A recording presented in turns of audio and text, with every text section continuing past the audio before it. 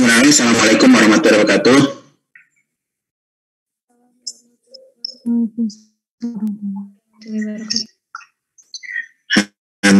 Pada kesempatan ini saya akan menyampaikan mengenai materi kependudukan ya.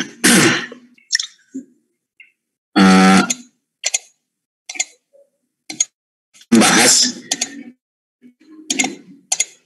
kenapa kependudukan ini penting atau menjadi isu, salah satu isu yang perlu kita pelajari dalam rangka pengelolaan lingkungan ya. Dalam rangka ada hubungannya pengelolaan lingkungan, ada hubungannya dengan universitas, ada hubungannya dengan kegiatan konservasinya. Tapi sebelum kita bahas mengenai kenapa kan itu penting, maka pada kesempatan yang akan menyampaikan dulu mengenai apa itu kependudukan ya. Jadi kalau berbicara kependudukan, maka sebetulnya kita akan berbicara mengenai demografi sosial. Jadi demografi sosial itu jadi berasal dari kata demografi ya. Demografi itu asalnya dari demos dan grafien. Jadi catatan mengenai kependudukan sebetulnya. Jadi demografi itu catatan mengenai kependudukan. Dan kemudian ini menjadi suatu keilmuan, jadi ilmu yang mempelajari mengenai kependudukan. Maka disebut dengan demografi.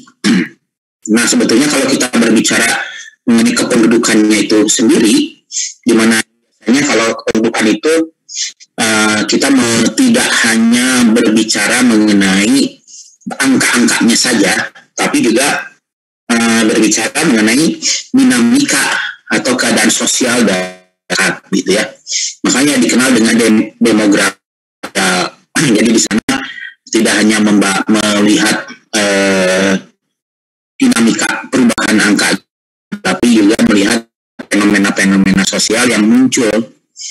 Nah, ini biasanya ke demografi sosial. Sementara kalau kita mengenal ada demografi formal, ini lebih mengarah kepada ke arah statistikanya, ya, bagaimana dari kependudukan, bagaimana perubahan populasinya, bagaimana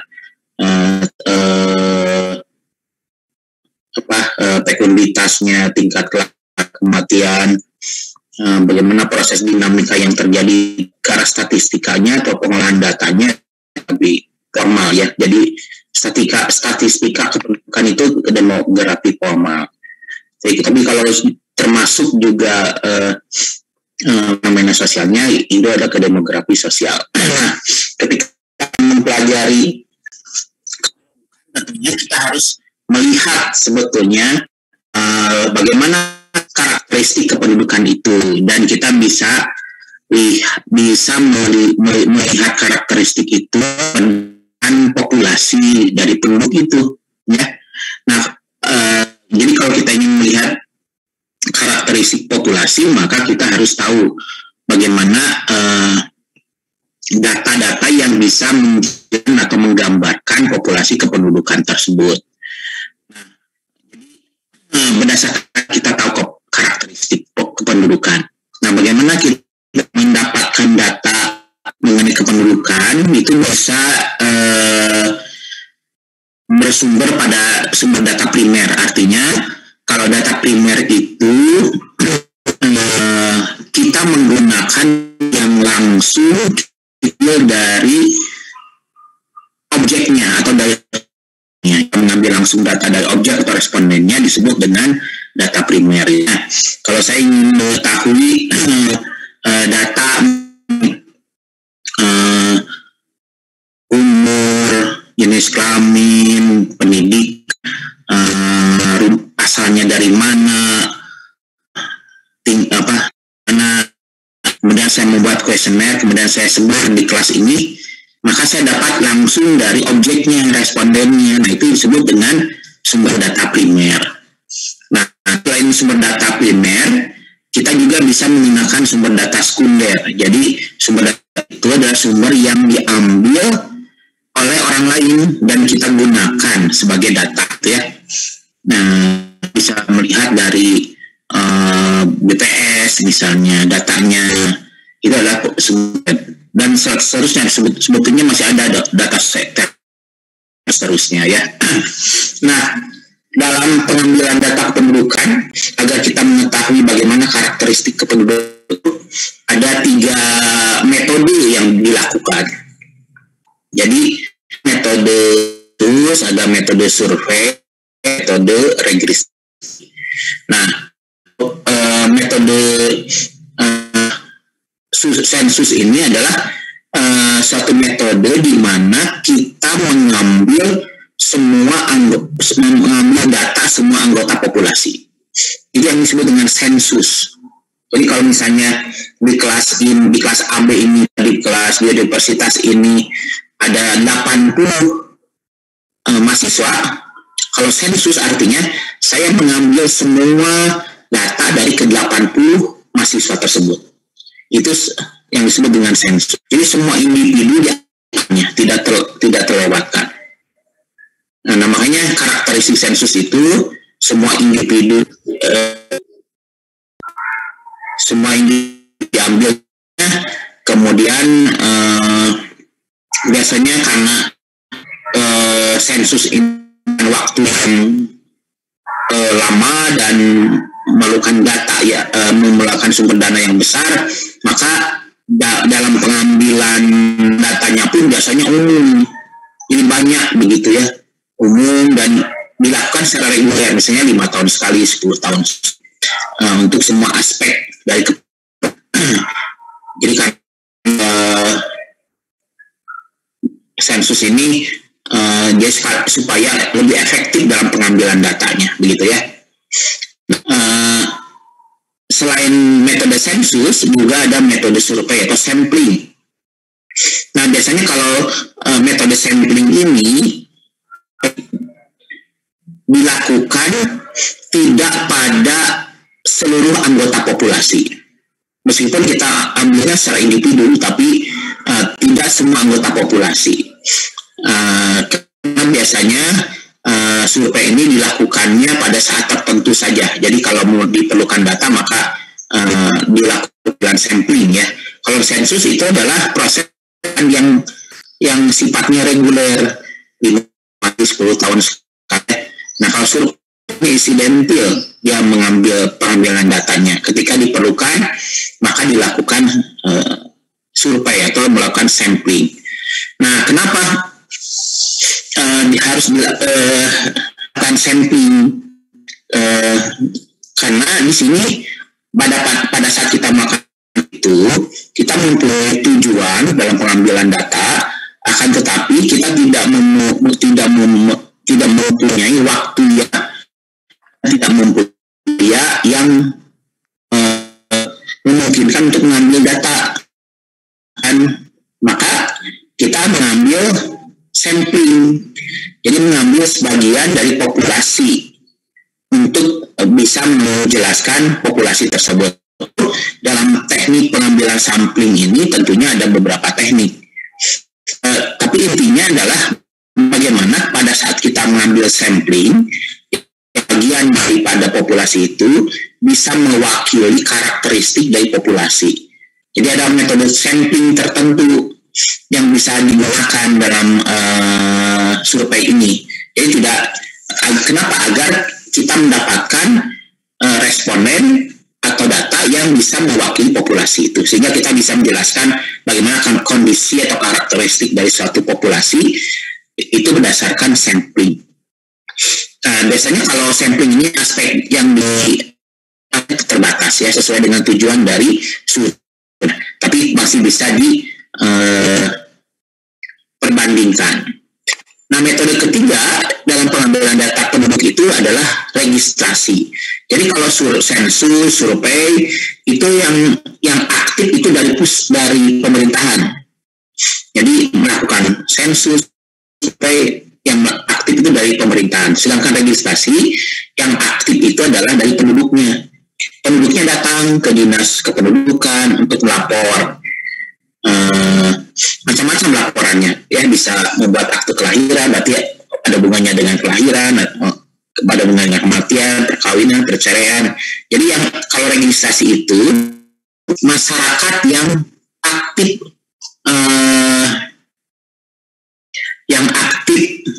memberikan data, dan pemerintah itu atau menjemput pengambil data. Jadi itu ya ada tiga teknik yang kan dalam pengambilan survei dan registrasi. Tapi sebelumnya untuk chapter hari ini kelompok berapa ya? 4 ya, 4A dan 4B ya? Iya Bapak. Oke. 4A dan 4B ya membuat buku chapter untuk hari ini. PPT-nya sudah saya share di Wagroup. Nah, jadi dalam demografi formal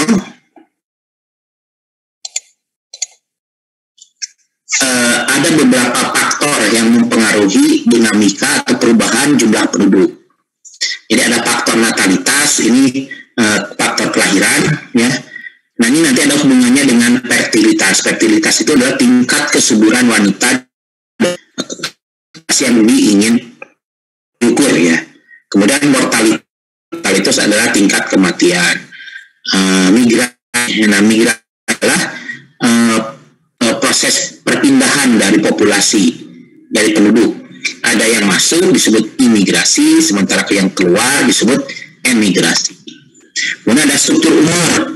Nah, struktur umur ini penting karena merupakan salah satu data yang kita bisa gunakan untuk melihat mana sih berapa komposisi penduduk dalam tahapan produk, mana komposisi penduduk yang masuk kategori yang tergantung gitu ya, tidak produktif. Nah, berdasarkan itu maka kita tahu karakteristik dari kependudukan tersebut. Nanti kita akan bahas mengenai struktur umur ini.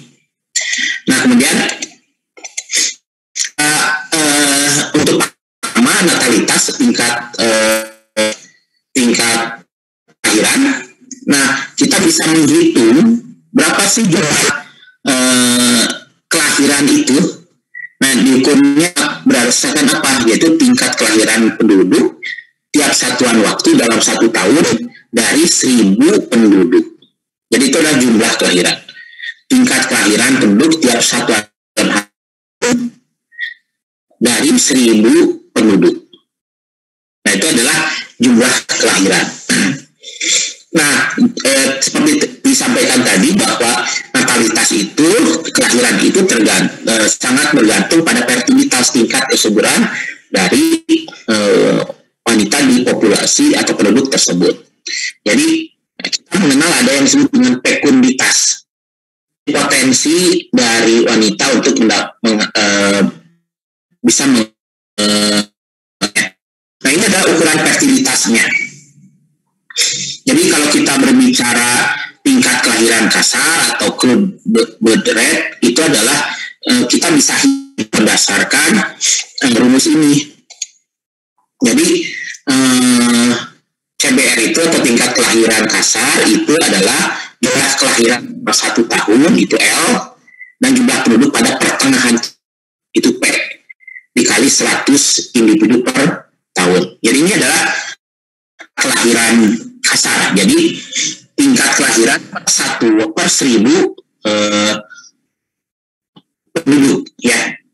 Jadi ini tingkat kelahiran kasar itu adalah kelahiran tahun dibagi jumlah penduduk pada pertengahan tahun dikali 1.000 individu. Nah, kemudian ada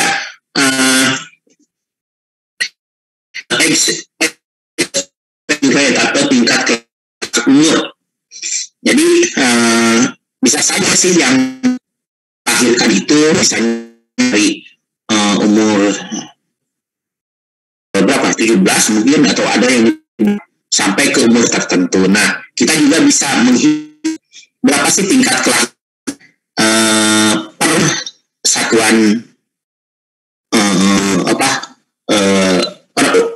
rentang umur. Misalnya nih, age spesifik itu ASPR atau tingkat kelahiran kelas umum itu sama dengan LI per WI.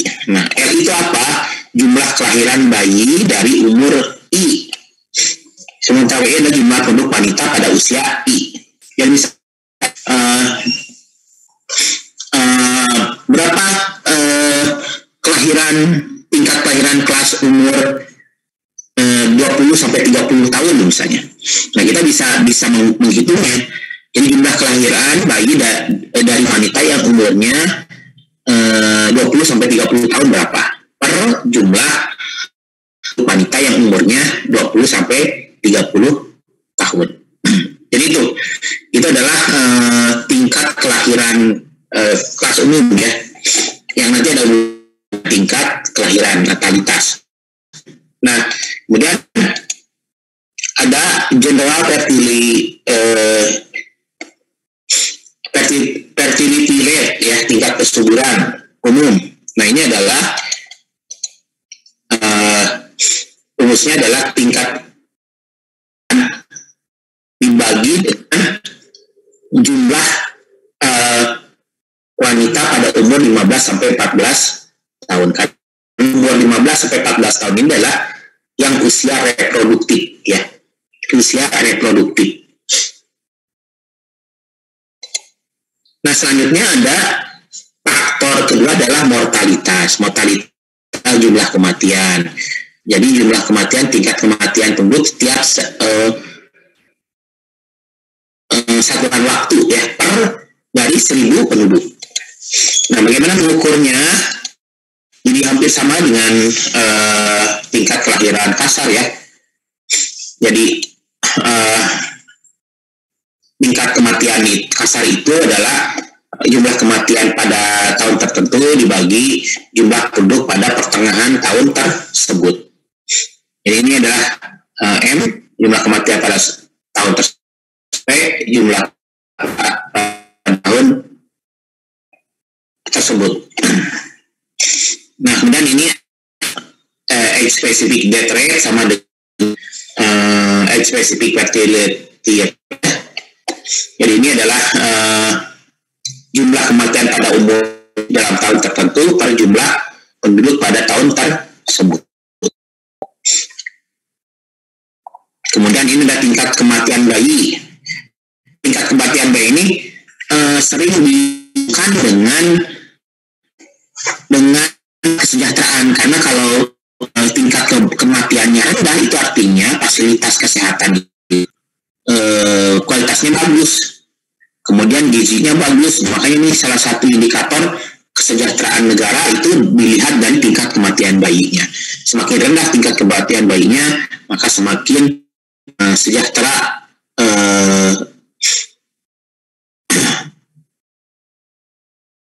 masyarakat tersebut ya.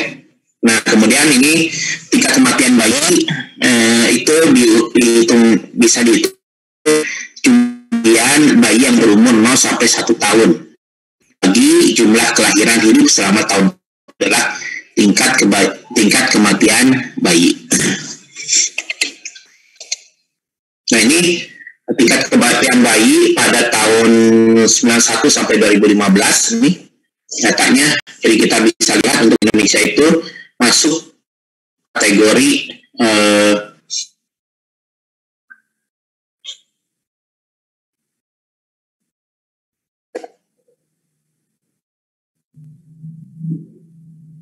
ini CMB tinggi ya, karena dia berada di masa 4 untuk tahun 2015 ya. Nah, kemudian faktor selanjutnya adalah perpindahan penduduk dari satu tempat yang lain, bisa masuk imigrasi, kalau keluar migrasi. Ada yang pindah pulau migrasi, kemudian ada migrasi parsial. Jadi migrasi yang terjadi hanya pada daerah-daerah tertentu.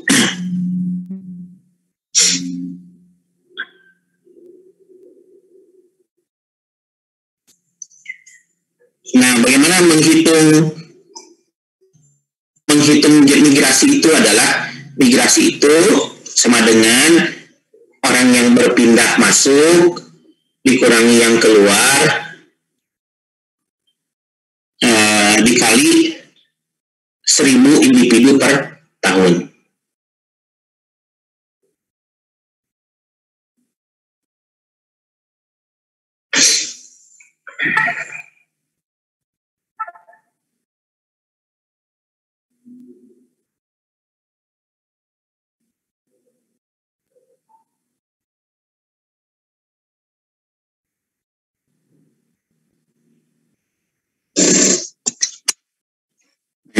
Migrasi ya.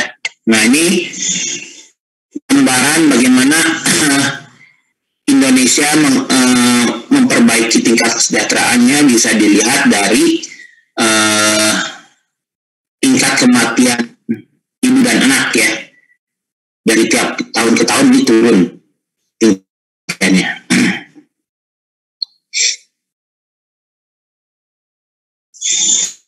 Tapi ini masih tinggi dibandingkan dari SDGs untuk tahun 2030.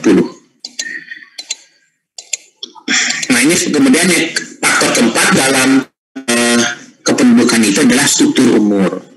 Nah jadi apa struktur umur ini sangat penting dalam kependudukan karena kita mengetahui struktur umur itu kita mengetahui proporsi penduduk kita.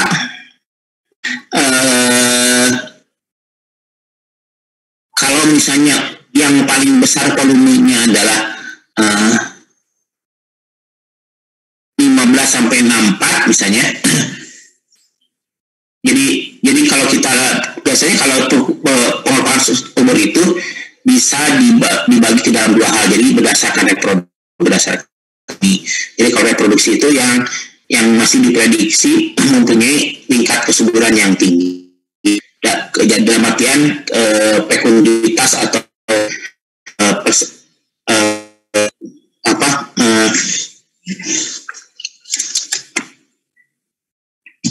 orang-orang yang masih bisa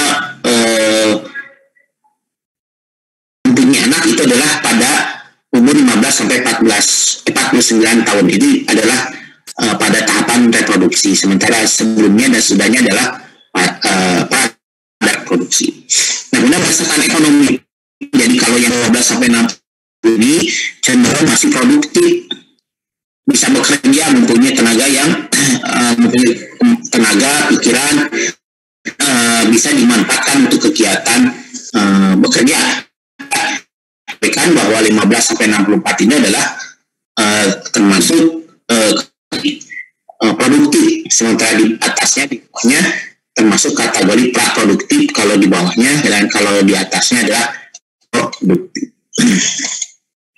Nah, ini setelah kita bisa membuat piramida penduduk. Nah, di sini kita bisa lihat bahwa komposisi dari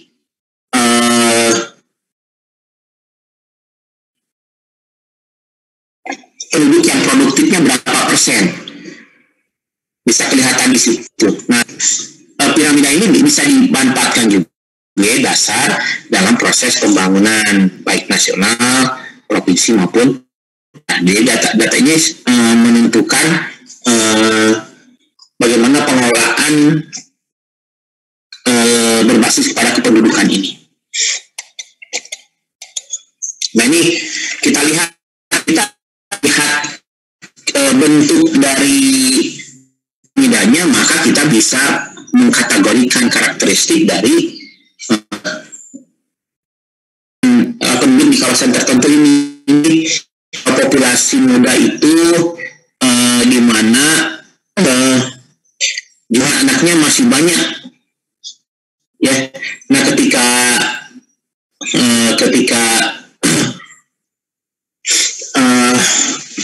bentuknya populasi muda ini artinya seperti segitiga, di mana kalau kita lihat populasi muda itu jumlah reproduktifnya tuh kecil, reproduksinya besar, sehingga kecenderungan ini akan berkontribusi kepada fase produktif. Nah, kalau misalnya yang stabil ini seperti yang B, jadi kecenderungan untuk jumlahnya sama antara masing umur, maka piramidanya seperti yang di B. Kemudian kalau yang C ini cenderung untuk menurun. Kenapa menurun?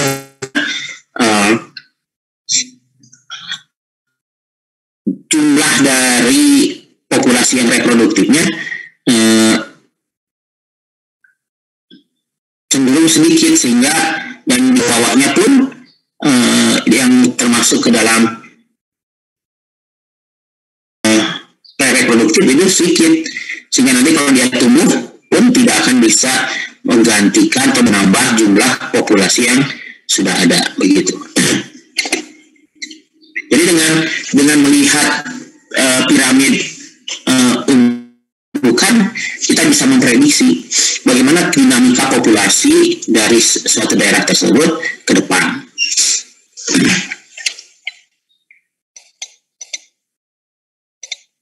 Nah, ini beberapa contoh piramid kependudukan dari negara Swedia. Belum stabil ya, karena jumlahnya tidak ada perubahan. Nah, kalau jumlah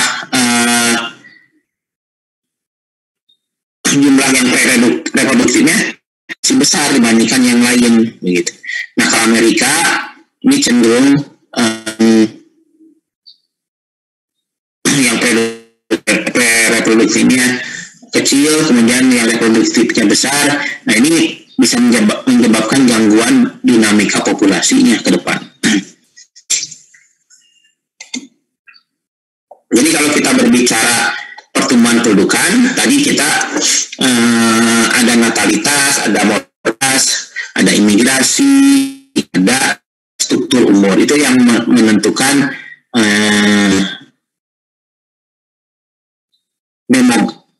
demografi suatu kawasan ya.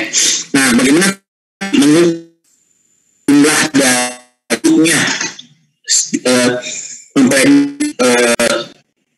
tingkat di suatu daerahnya. Nah, kita harus bisa melihat juga bahwa bagaimana proses pertumbuhan penduduk itu ada yang sifatnya linear gitu ya. Jadi Anda bisa menghitungnya dengan rumus lahir dikurangi kematian ditambah dengan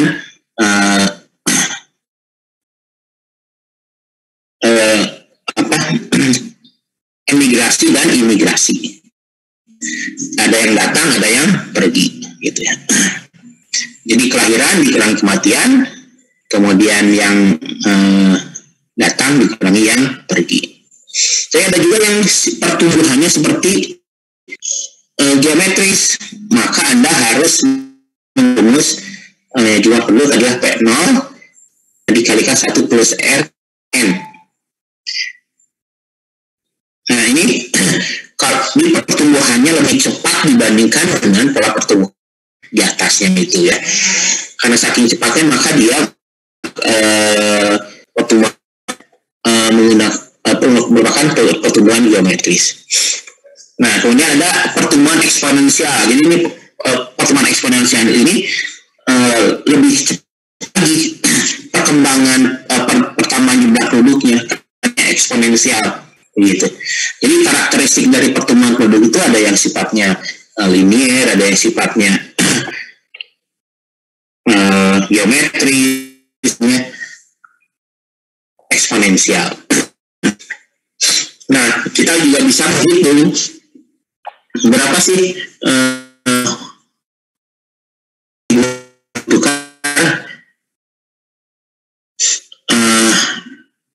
jumlah penduduknya bertambah 2 kali lipat ya. Jadi rumusnya 70 per RR itu dalam persen.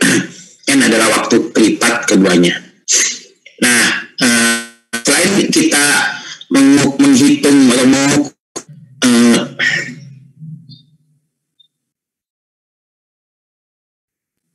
mengukur tingkat yang produktif, juga kita bisa mengukur tingkat ketergantungan. Nah, tingkat ketergantungan itu berarti yang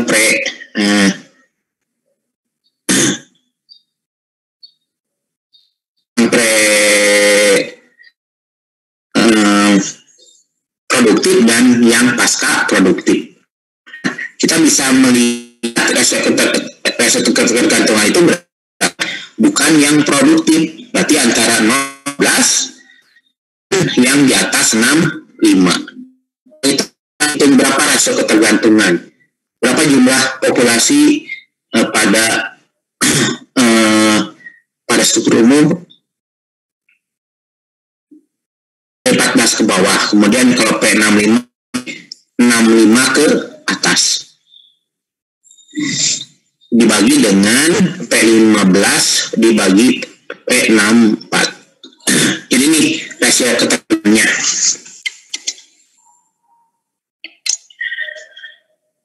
Sampai di sini ada yang ditanyakan? Sebelum lanjut ke yang lainnya.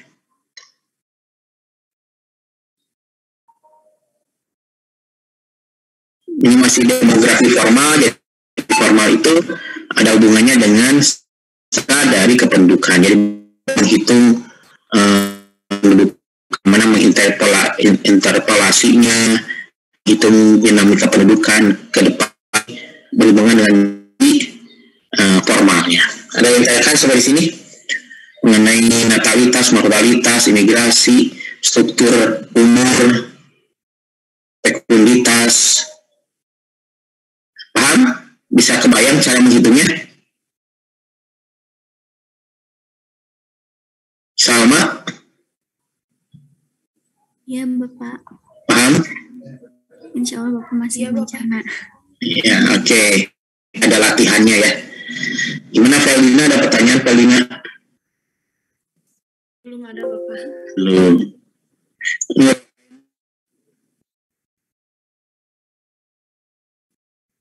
Ada pertanyaan, Bro? Nurul? Iya, Pak. Pertanyaan, Bro? Tidak ada, Pak. Sampai sekarang belum ada. Belum. Elis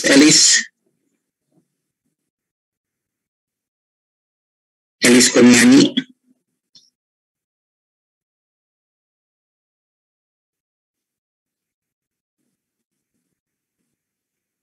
Elis, mana Elis? Nggak respon. Elis.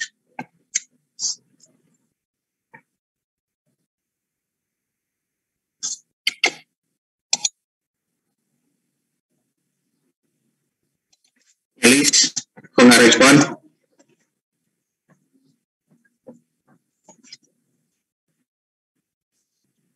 Bisa.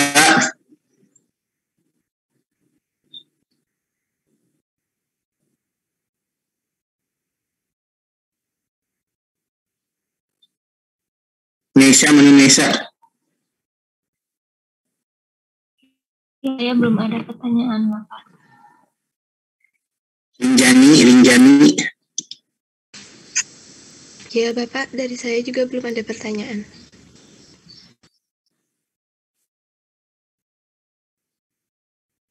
Kalau belum saya tanya ya. Pak. Ya. Baik, tadi kan ada piramida pendudukan yang hipotetik itu. Ya, jadi ada yang ya. Bisa lagi Pak Wahyu coba yang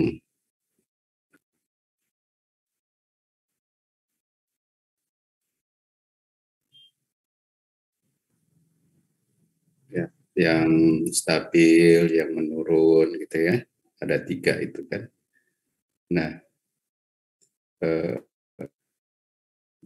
menurut Anda dari ketiga tipe yang hipotetiknya aja Pak Wahyu, kalau ini agak susah ya. Sebelumnya.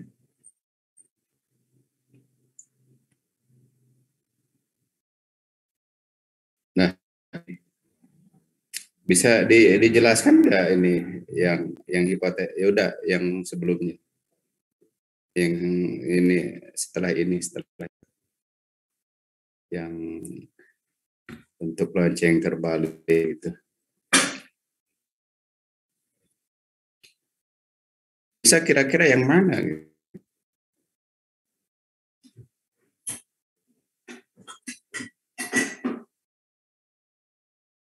Nah, Indonesia yang mana itu? Yang A, B, atau coba dijelaskan.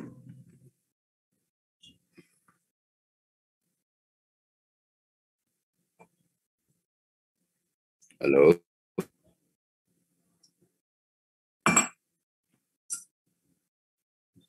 Dipanggil, Pak. Kenapa? Dipanggil nama. Oh, harus dipanggil nama. Ya, Hildawati atau kalau begitu. Ayo Hildawati, kira-kira mana nih? Ya Pak, kalau menurut saya mungkin yang populasi stabil Pak. Yang mana? Yang D. Stabil. Ya. Yang ini, yang stabil begini. Benar nggak gitu? Ini Anda bisa lihat tingkat kelahiran dan kematiannya itu tinggi kan ya di sini. Dan ini ciri khas negara sedang berkembang. Kenapa ini terjadi?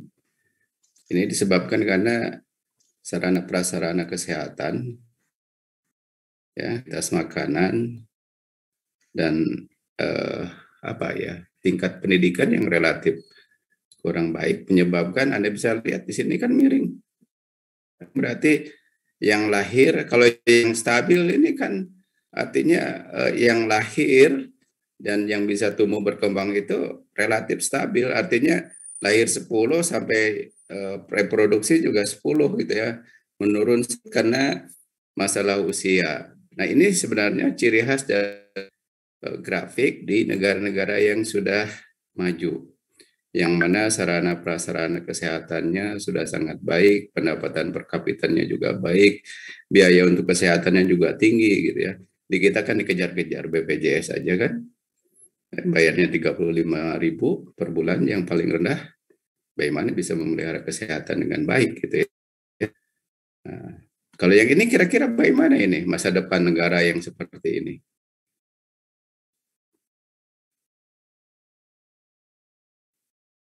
Bisa? Pak. Ya, kira-kira kalau yang seperti ini, kira-kira masa depan sebuah negara, misalnya ternyata model hipotetiknya masuk yang ini, populasinya menurun, apa dampaknya kira-kira?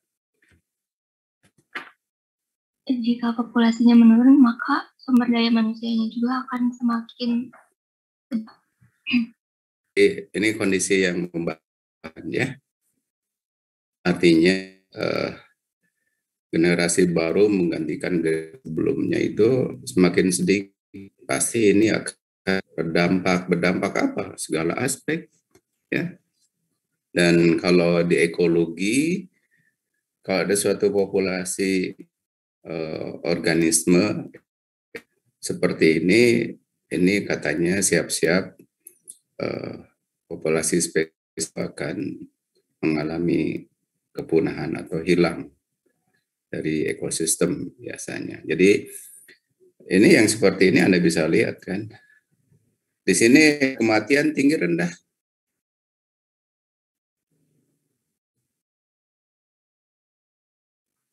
Ulfa, tingkat kematian ada di sini.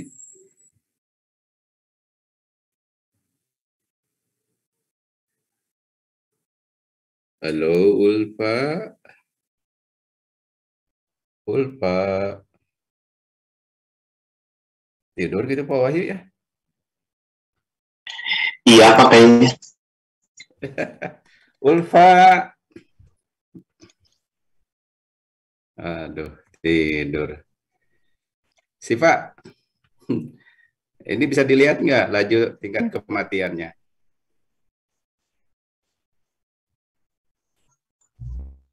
Kita untuk yang populasi menurun ini, menurut saya ini tingkat kematiannya itu tinggi, Pak. Jangan ngarang. Tidak bisa dilihat, tetapi bisa diperkirakan. Bisa dilihat.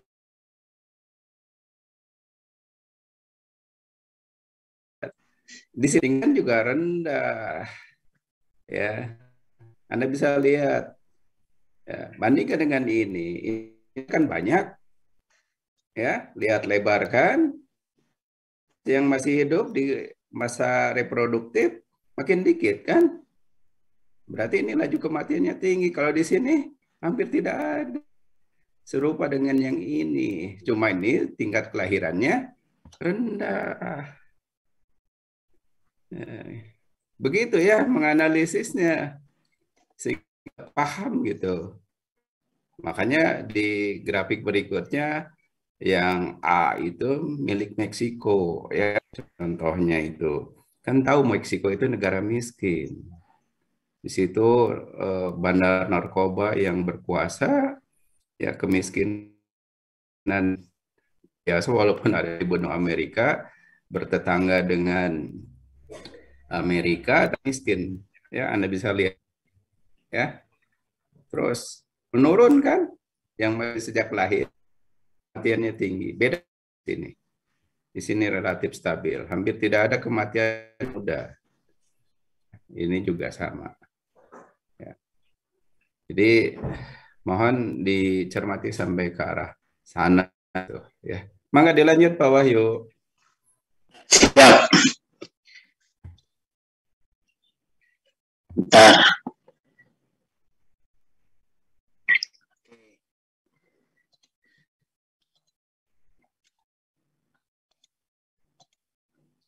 Baik, jadi nih tadi sudah dijelaskan ya, dengan menggunakan piramid demografi kita sebetulnya bisa melihat bagaimana tingkat kematian dan kelahirannya. Jadi ke atas itu semakin pastinya kematiannya itu makin banyak gitu ya. Orang tuh makin runcing datar kayak kotak gitu, berarti kematian dan kelahirannya tuh relatif stabil gitu ya.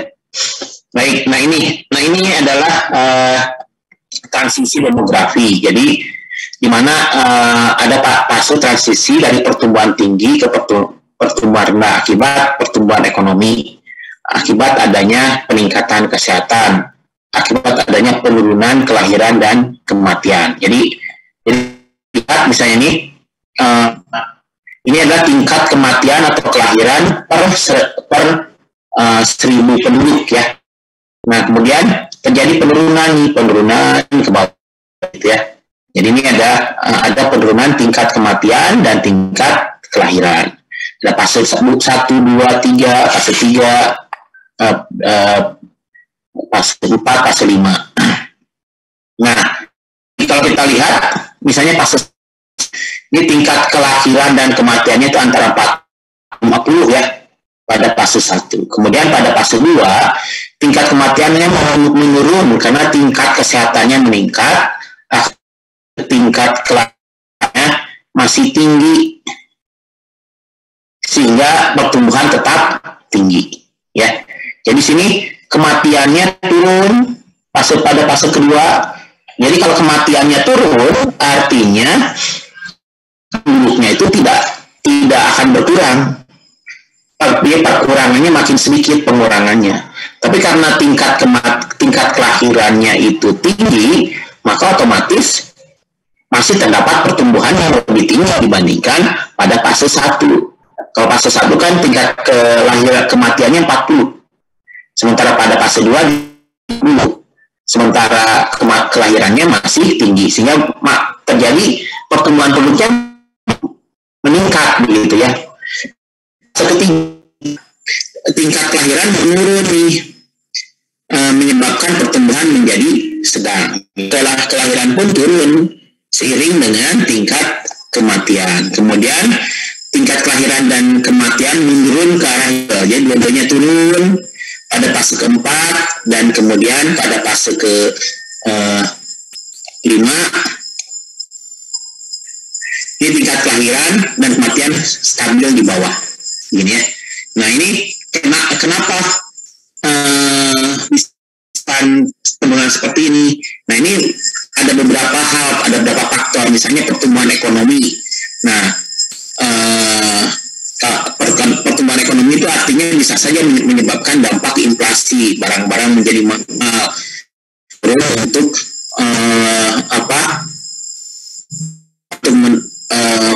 mempunyai anak yang lebih sedikit begitu ya. Kemudian ada peningkatan kesehatan. Nah kalau peningkatan fasilitas kesehatannya naik, maka cenderung tingkat kematian pun akan turun. Ada proses transisi demografi. Nah ini perbandingan proyeksi kependudukan secara global nih. Jadi bagaimana penduduk di negara itu jumlahnya lebih banyak, di mana pertumbuhannya 2%. Bentuknya piramida itu tadi ya, kelahiran dan kematiannya masih tinggi, pendapatannya masih lebih rendah. Migrasi dari desa ke kotanya masih, kenapa? Karena masih terjadi ketimpangan ekonomi di desa dan di kota, gitu ya. Nah ini penduduk bumi dari 10 negara yang terbanyak nih, terbanyak itu Cina dengan jumlah 1,4 miliar, kemudian India 1,3, kemudian Amerika 332 juta, dan Indonesia 276 juta. Ini berada keempat nih jumlah penduduknya. Nah ini jumlah populasi bumi ini pada tahun 2020 ini kita 7,7 miliar total. Pertumbuhannya mulai dari tahun 2000 meningkat dari menjadi 7,7, hampir 1 miliar peningkatannya dalam tahun. Nah ini karakteristik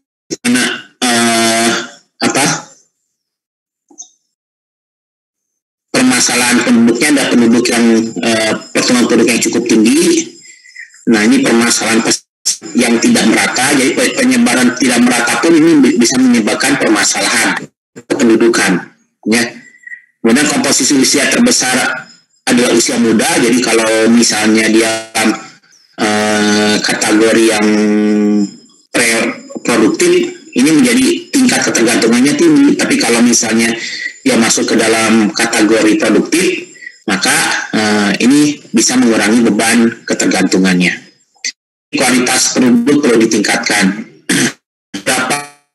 Data kependudukan di Indonesia mulai tahun 93 sampai ada lagi pertumbuhannya terus 1,6 turun ya, 1,5, 1,2, angka kelahirannya 24 turun. Nah kalau angka kelahiran ini menunjukkan bahwa tingkat kesejahteraan baik karena terjadi penurunan tingkat begitu juga tingkat kematian, begitu juga tingkat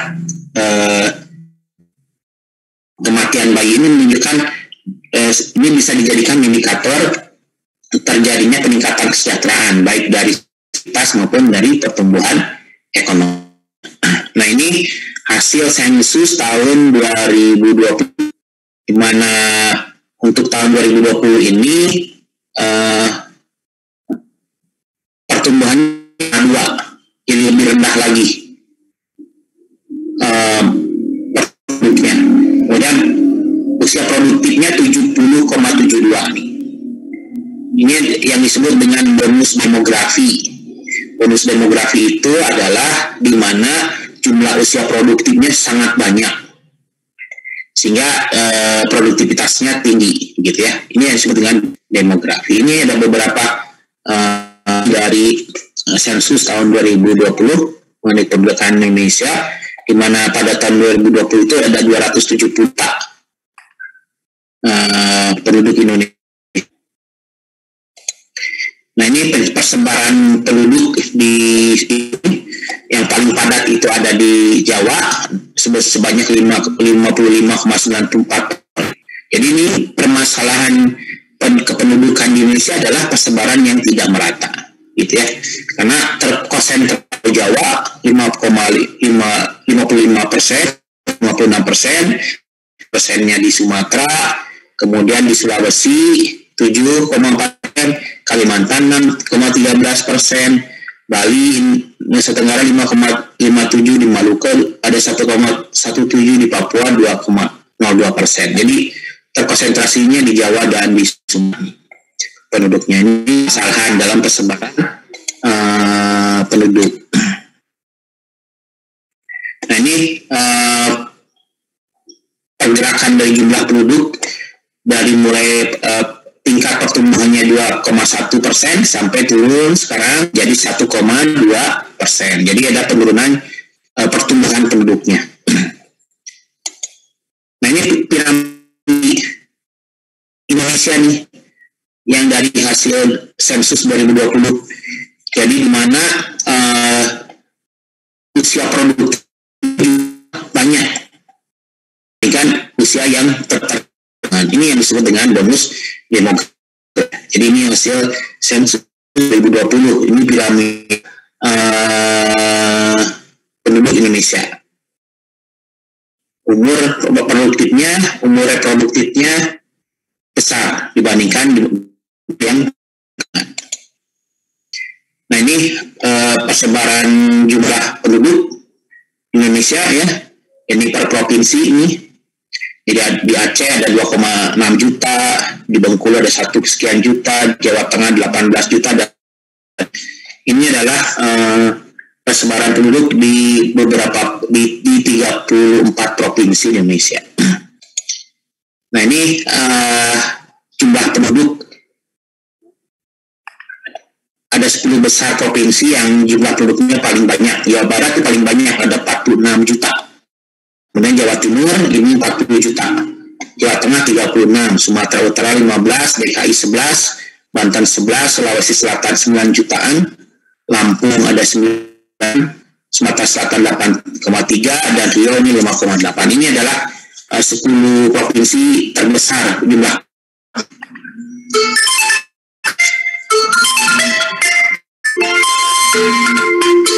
Nah, ini prediksi tahun 2035.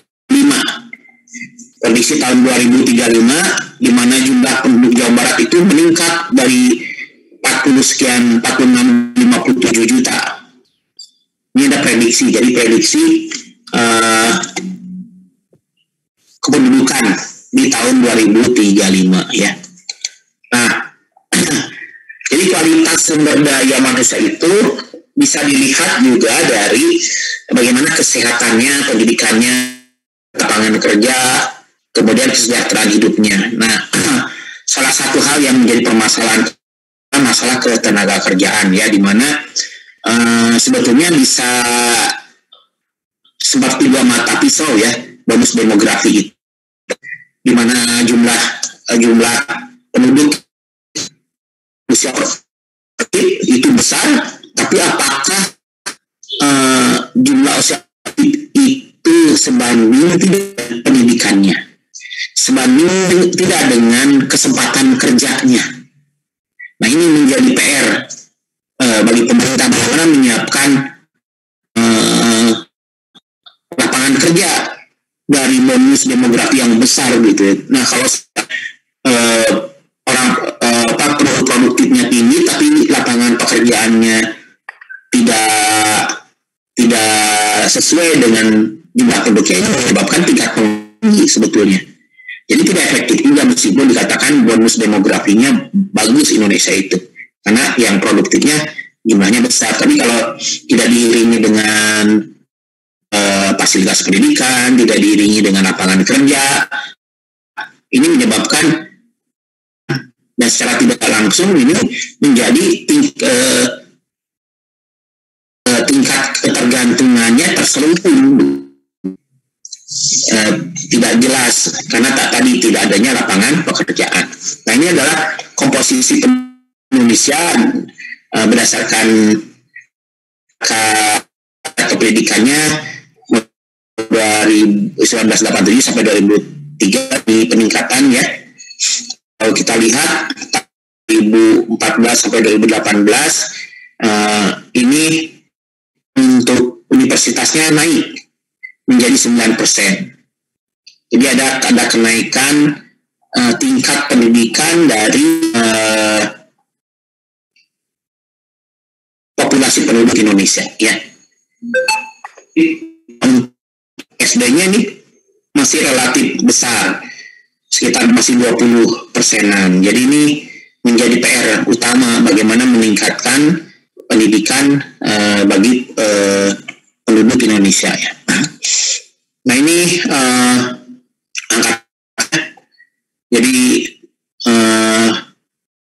ini ada hubungannya juga tadi dengan bonus demografi. Jadi kalau tidak ada lapangan kerjanya bisa menyebabkan tingkat pengangguran yang tinggi.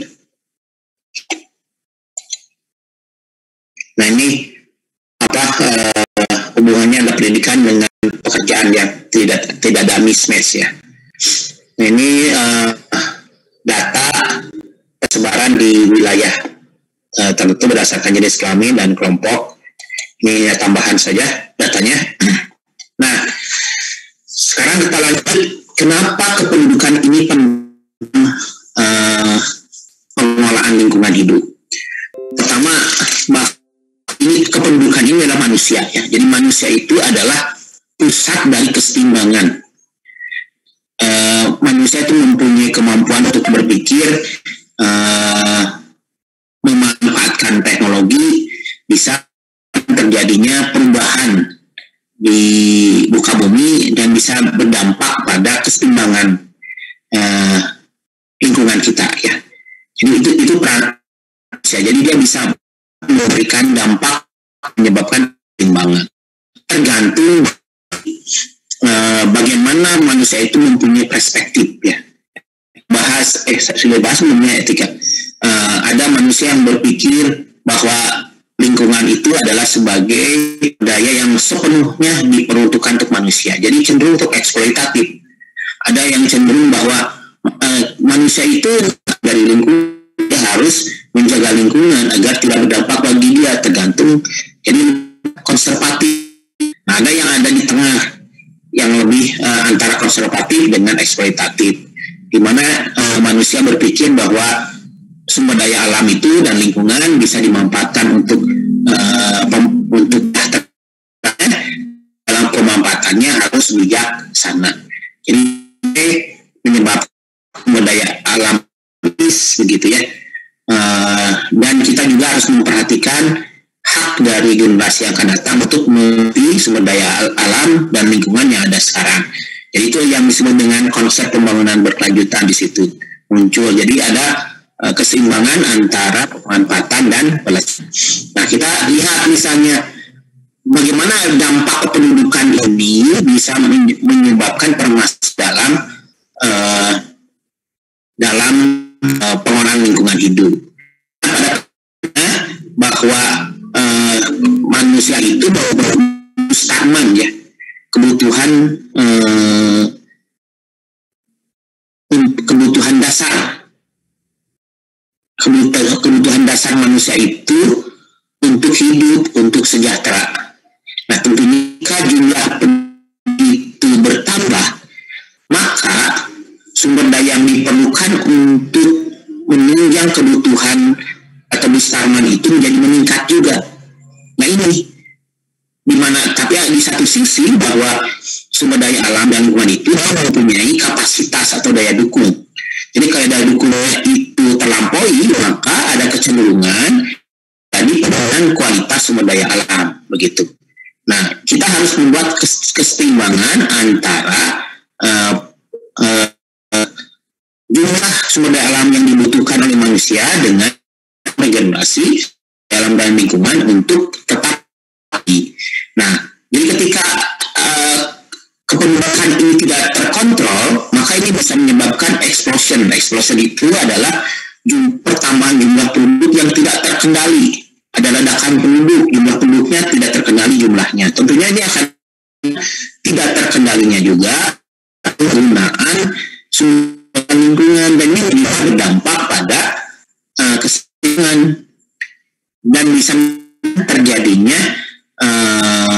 eksploitasi dari sumber daya alam dan lingkungan, terjadi penurunan kualitas, akhirnya juga berdampak pada manusia, terjadi kelaparan, terjadi anak, kalau seandainya kependudukan itu tidak dikontrol ya. Nah, bisa saja bahwa permasalahan kependudukan itu implosion itu adalah penyebaran penduduk yang tidak merata. Nah, ini menyebabkan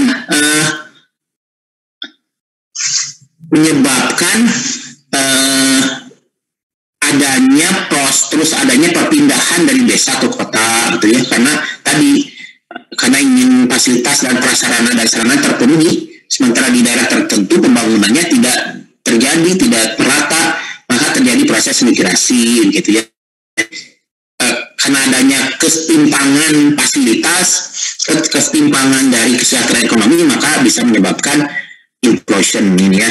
Nah, kemudian ada deplosion. Deplosion itu adalah karena ketika terjadi implosion, orang-orang pindah mempunyai fasilitas terpenuhi, lama-kelamaan terjadi kepadatan di situ gitu ya. Nah, di situ muncul ketidakresahan karena tadi banyak kesetimpangan antara jumlah penduduk dengan sarana prasarana pendukungnya. Nah, jadi dalam proses jadi pendudukan itu sangat penting untuk dipelajari, untuk dikendalikan agar tadi seimbang dengan sumber daya alam dan lingkungan untuk mendukung pertumbuhan penduduknya. Nah, ini tentunya dalam proses pembangunan itu kita harus memanfaatkan teknologi dan ekonomi yang akan seimbang pembangunan berkelanjutan itu. Jadi kita bisa memanfaatkan sumber daya alam dan lingkungan, tapi dengan bijaksana. Tentunya dengan praktikan bagaimana pengendalian atau pengaturan kependudukan agar tadi tidak explosion, tidak terjadi implosion, dan tidak terjadinya deplosion, gitu ya. Nah, jadi dampak tindakan penduduk itu bisa menyebabkan tadi ya eksploitasi sumber daya alam untuk pangan, sandang, papan. Karena terjadi eksploitasi ini bisa menyebabkan dampak lingkungan tadi. Kalau dampak lingkungan yang terjadi, kalau seandainya menyebabkan ancamannya atau cekaman dari akibat dampak ledakan penduduk ini terhadap eksploitasi sentuh melebihi daya dukung, menyebabkan penurunan kuantitas dari sumber daya alam itu. Dan ini menyebabkan tidak keberlanjutan dan akhirnya akan berdampak juga pada manusia. Nah, oleh karena itu perlu adanya bagaimana melakukan penanggulangan kependudukan ini. Jadi misalnya melalui keluarga berencana, Indonesia sudah menurun dari 2% sampai menjadi 1,2%. Itu artinya program keluarga berencananya berhasil. Kemudian pendidikan usia remaja, ada penundaan perkawinan, ada transmigrasi. Ini transmigrasi itu untuk pemerataan kependudukan, penyediaan lapangan kerja untuk kesejahteraan dan selanjutnya. Jadi ada usaha-usaha menanggulangi ledakan penduduk agar tadi kita juga bisa mengendalikan pemanfaatan sumber daya alam sehingga masih berada pada di atas daya dukungnya sehingga masih bisa beregenerasi. Nah, oleh karena itu dalam rangka pengendalian kependudukan dan pemanfaatan sumber daya alam, maka dalam pengelolaan lingkungan hidup itu kita mengenal sebetulnya dalam undang-undang pengelolaan lingkungan itu ada 3 hal ya. Adalah lingkungan sistem penjaga kehidupan. Yang kedua adalah pengawetan keanekaragaman hayati dan ekosistemnya. Yang ketiga adalah pemanfaatan yang lestari atau yang bijaksana. Nah, dalam rangka pemanfaatan ini, kita harus bisa bahwa pemanfaatan itu harus lestari, dalam artian harus terkendali. Nah, bagaimana pemanfaatan yang terkendali? Maka harus ada beberapa hal dilakukan dalam proses pemanfaatan, yaitu harus ada penataan. Jadi penataan itu adalah bagaimana mengatur agar proses pemanfaatan sumber daya alam itu tidak berdampak bagi lingkungan. Jadi atur tuh penataan. Di pengaturan dalam rangka pemanfaatan sumber daya alam agar tidak berdampak pada kemudian pemeliharaan. Nah, dalam artian pemanfaatan pun harus ada proses pemeliharaan agar tetap lestari, bisa meregenerasi. Penataan, pemeliharaan, tentunya kalau tidak ada pengawasan bisa tidak terkendali. Makanya perlu ada pengawasan agar proses penataan dan pemeliharaan dalam pemanfaatan sumber daya alam itu terawasi dan akhirnya nanti terkendali. Dan kalau seandainya tidak terkendali menyebabkan kerusakan, perlu adanya pemulihan. Nah, oleh karena itu dalam pemanfaatan itu ada beberapa perundang-undangan yang mengatur bagaimana melakukan pemanfaatan sumber daya alam itu. Dan pemanfaatan sumber daya alam ini maka kita mengembangkan ada yang disebut dengan baku mutu. Mutu itu adalah batas maksimum pencemaran yang bisa diterima oleh lingkungan. Misalnya ada kriteria, ada indikasi. Nah, jadi dalam menentukan kualitas lingkungan kriteria. Jadi kita bisa melihat apakah kondisi lingkungannya itu masuk ke dalam bagus atau tercemar. Indikator bagaimana kita melihat kualitas dari lingkungan. Jadi kita bisa melihat dari indikasi, dari kriteria, dari baku mutu untuk melihat bagaimana kondisi lingkungan, begitu ya.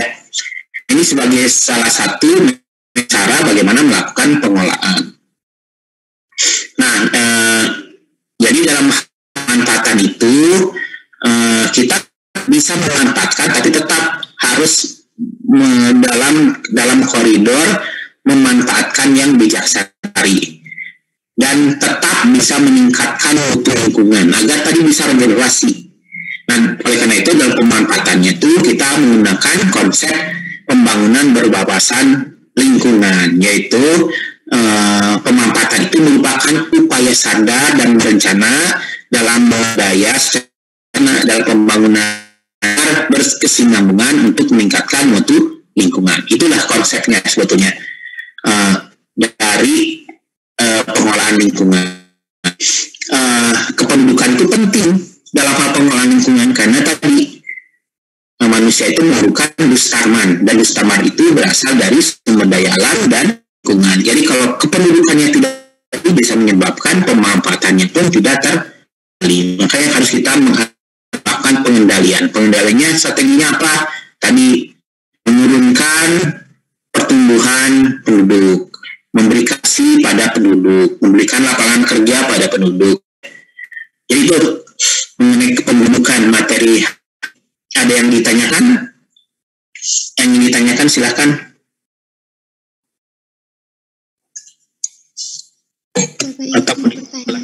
Silahkan Yulia.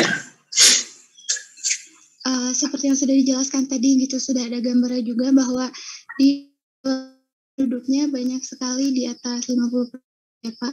Sedangkan di pulau yang lain gitu, terutama di Kalimantan, Papua hanya 1 dan 2%.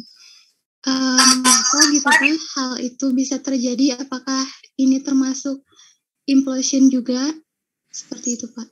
Ya, bagus pertanyaannya. Ya, betul. Jadi ini merupakan tanda-tanda adanya implosion sebetulnya. Nah, kenapa hal itu terjadi? Pertama ya, manusia itu cenderung untuk hidup di tempat yang nyaman, ya, dalam artian kualitas yang baik, mudah untuk mendapatkan. Nah, di Pulau Jawa fasilitas itu tersedia dengan mudah begitu. Sementara kalau kita ke Kalimantan atau ke Maluku gitu, fasilitas itu kurang gitu. Maka cenderung orang itu ingin tinggal di tempat itu. Yang kedua, dari segi lapangan pekerjaan juga banyak. Maka cenderung orang-orang itu untuk tinggal di situ.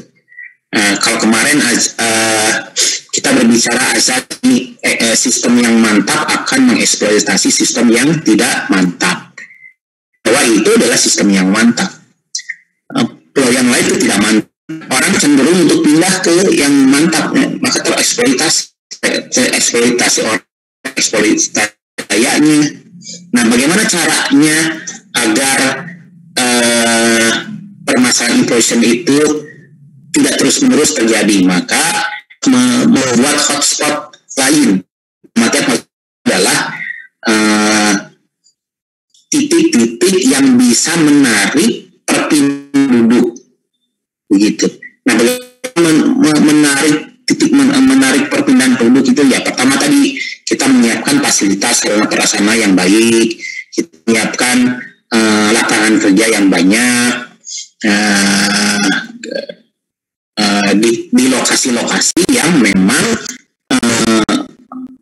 populasi penduduknya masih sedikit, tapi tentunya ini memerlukan usaha yang besar untuk bisa tarik penduduk ke arah situ itu. Nah, disitulah sebetulnya. Nah, secara tidak langsung ini akan menyebabkan terjadinya migrasi ke lokasi hotspot tersebut, begitu. Nah, itu salah satu strateginya. Yang kedua adalah transmigrasi.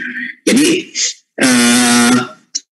itu adalah proses penempatan penduduk dari tempat-tempat yang padat ke yang masih kurang penduduknya. Tentunya sasarannya adalah masyarakat yang memang belum mempunyai pekerjaan dan ditempatkan di tempat lain yang mempunyai pekerjaan yang sama. Nah, relatif yang seperti itu adalah contohnya lebih ke arah pertanian, ke perkebunan. Jadi masyarakat yang misalnya Jawa yang tidak mempunyai lahan, kemudian dipindahkan ke daerah tertentu, dan dengan pekerjaan yang sama bisa bekerja di situ, begitu ya.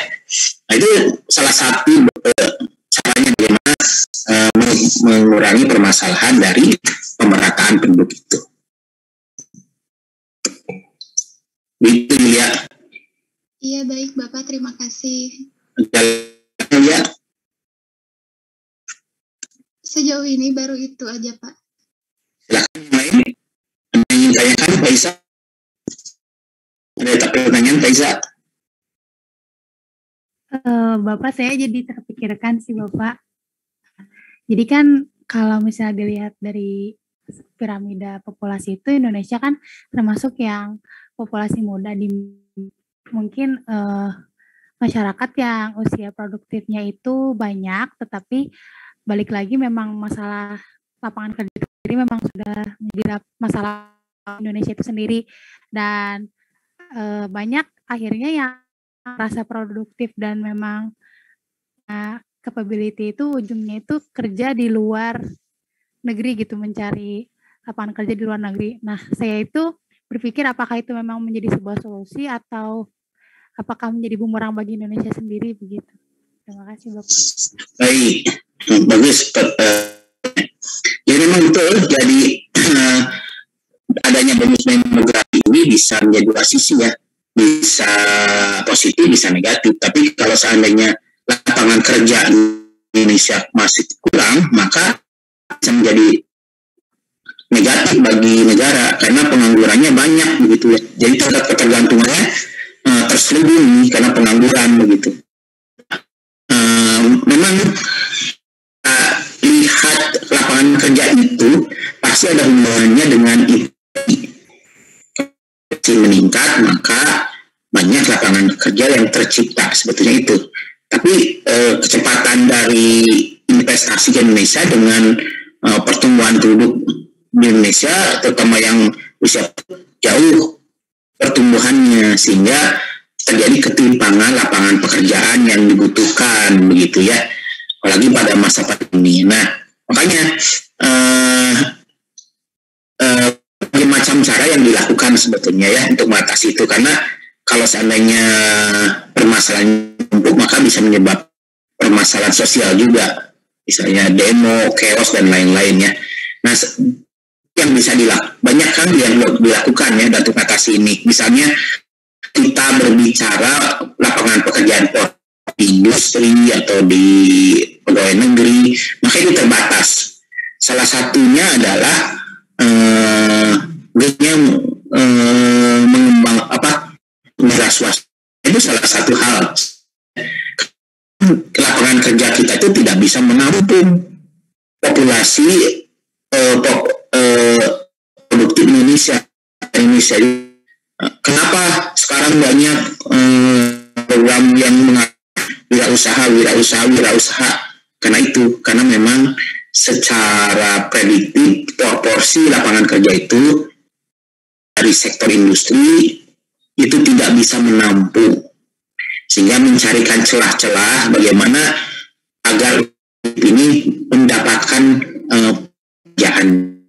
Nah, termasuk juga yang keluar negeri kerjasama menyiapkan pekerja misalnya untuk tenaga kesehatan ke Jepang, untuk tenaga konstruksi ke Jepang, itu banyak ke Korea. Oleh Dinas Tenaga Kerja itu dilakukan. Itu salah satu bentuk strategi menciptakan lapangan kerja yang bisa dipenuhi dalam negeri, begitu ya. Itu strateginya memang. Jadi memang bonus demografi ini bisa dua hal, bisa positif, bisa negatif. Nah, apakah bisa berdampak jelek bagi Indonesia ketika ada banyak orang Indonesia ke luar negeri gitu ya. Nah, untuk sementara ini mungkin berdampak positif. Kenapa? Karena pertama dia menghasilkan devisa bagi negara. Yang kalau seandainya dia di dalam negeri pun dia tidak bisa mendapatkan lapangan. Nah, ini bisa menyebabkan dampak sosial, permasalahan sosial. Jadi karena ini salah satu strategi yang bisa dimanfaatkan, maka untuk sementara ini mungkin itu bukan satu solusi ya. Lain lagi kalau seandainya nanti Indonesia bisa mengembangkan lapangannya. Nah, sebetulnya bisa saja dia menarik ekspatriat, menarik namanya apa ya, Pak Indonesia luar negeri itu bisa kembali lagi ke Indonesia. Jadi setelah dia mempunyai pengalaman di luar negeri bisa bekerja di Indonesia, begitu bisa saja. Jadi sifatnya positif karena tadi belum bisanya Indonesia menyiapkan lapangan kerja bagi mereka. Gitu Pak Isa. Baik Bapak, terima kasih. Oke, ada lagi tanya? Sapana mungkin ada yang tanya? Ada Bapak. Halo. Jihan mungkin ada yang tanya, Jihan? Izin bertanya Pak. Jadi kan ini terkait yang penurunan kelahiran gitu ya Pak, angka kelahiran gitu. Karena kan katanya kalau misalnya di Indonesia itu udah berhasil menurun gitu Pak, tapi berdasarkan isu-isu yang sekarang lagi banyak juga kayak di negara-negara maju contohnya gitu, di mana mereka angka kelahirannya justru rendah dan pemerintahnya malah ngadain program untuk memperbanyak gitu,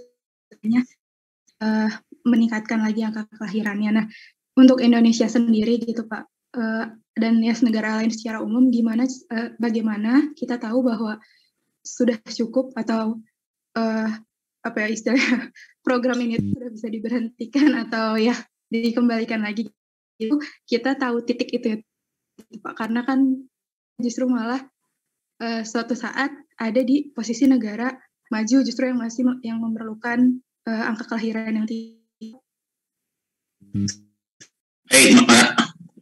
Bagus pertanyaannya Jihan. Nah ini, jadi sebetulnya kependudukan itu gitu ya. Jadi misalnya ada negara-negara yang memang jumlah penduduknya turun. Contohnya Jepang. Jepang itu adalah jumlah penduduknya turun. Kenapa? Karena pertama, kalau di sana kan pertumbuhan ekonominya kuat gitu ya. Jadi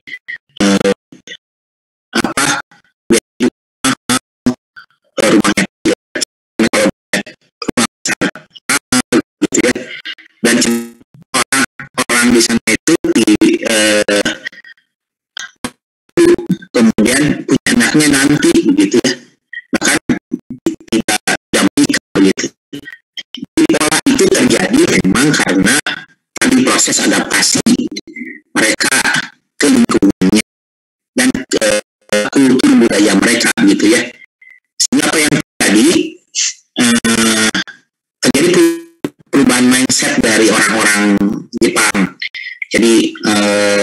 misalnya menikah tuh tidak perlu ada kultur juga ya, karena mereka dari agama, dari budaya dan lain-lain.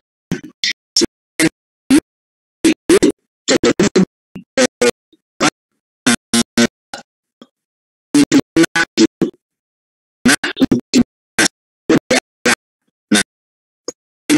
terus menerus terjadi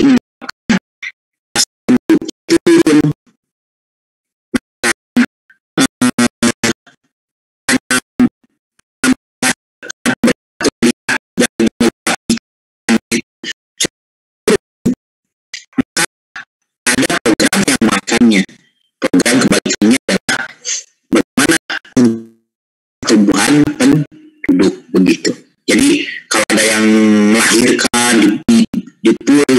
difasilitasi negara, dibiayai negara, kalau ada punya anak didapat insentif, salah satu bentuknya. Nah, kapan negara ini pertumbuhan itu tergantung dari kondisi. Jadi dia akan berbeda pengolahan kependudukannya. Kalau di Jepang karena dilihat demografinya menurun gitu ya, maka dia akan berusaha untuk meningkatkan. Indonesia karena kecenderungannya naik terus, maka jadi kapan programnya menurunkan, kapan dia programnya menaikkan itu tergantung dari kondisi kependudukannya masing-masing. Makanya di situ demografi diperlukan, karena demografi itu kita bisa melihat karakteristik pertumbuhan dari kependudukan kita.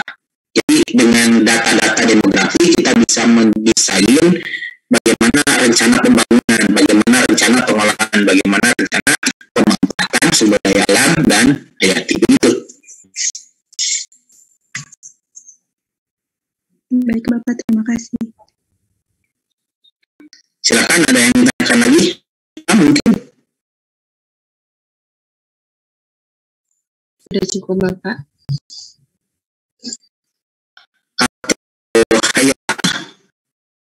Belum ada Bapak.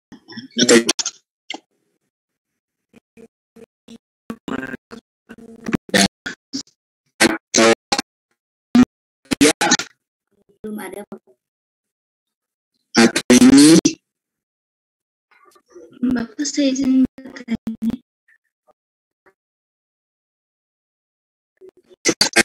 Pak, saya pernah baca kalau untuk COVID-19 itu salah yang paling besar juga ya daerah di dunia ini gitu. Karena korban yang meninggalnya juga itu